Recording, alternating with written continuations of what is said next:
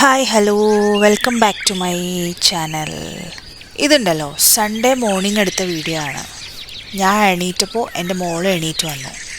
പിന്നെ സൺഡേ ഞങ്ങൾക്ക് എപ്പോഴും ഒരു ദേശീയ ഭക്ഷണമുണ്ട്, ഇഡ്ഡലിയും സാമ്പാറും. അപ്പോൾ പിന്നെ ഈ സൺഡേ ഒന്ന് വെറൈറ്റി ആക്കി കളയാമെന്ന് വിചാരിച്ചിട്ട് പൂരിയും കിഴങ്ങ് കറിയും, അതായത് അവിടെ കിഴങ്ങ് സബ്ജി, പൊട്ടറ്റോ സബ്ജി, ഞാൻ കിഴങ്ങ് കറി എന്നാണ് ഇതിന് പറയാറ്. ആവശ്യത്തിന് സവാളയും കിഴങ്ങും പച്ചമുളകും ഒക്കെ എടുത്തിട്ട് തൊലിയെല്ലാം കളഞ്ഞ് കഴുകി വെച്ചു. ചോപ്പറുള്ളതുകൊണ്ട് സവാള അതിനകത്ത് കുനുകുനാന്ന് അരിഞ്ഞെടുത്തു. പിന്നെ കിഴങ്ങ് ഞാൻ സെപ്പറേറ്റ് അരിഞ്ഞെടുത്തു.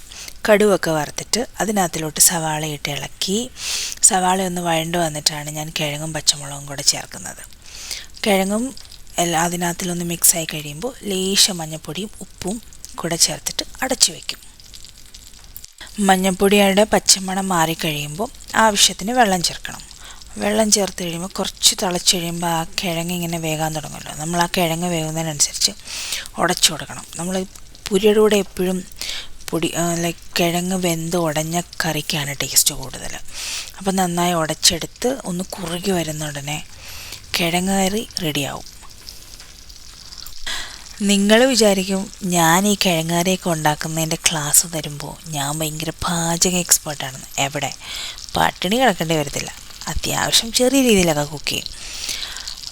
അപ്പം ഞാൻ എങ്ങനെയാണോ ഫുഡ് ഉണ്ടാക്കുന്നത് അതുപോലെയാണ് ഞാനിപ്പോൾ വീഡിയോയിൽ പറഞ്ഞത്. അപ്പം അങ്ങനെ കിഴങ്ങ് കറിയൊക്കെ സെറ്റായി കഴിയുമ്പോൾ ഞാനവിടെ പൂരിക്ക് കുഴച്ച് വെച്ചിട്ടുണ്ടേ.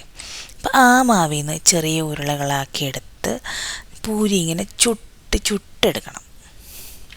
Enjoying a peaceful morning, preparing breakfast with my sweet girl beside me.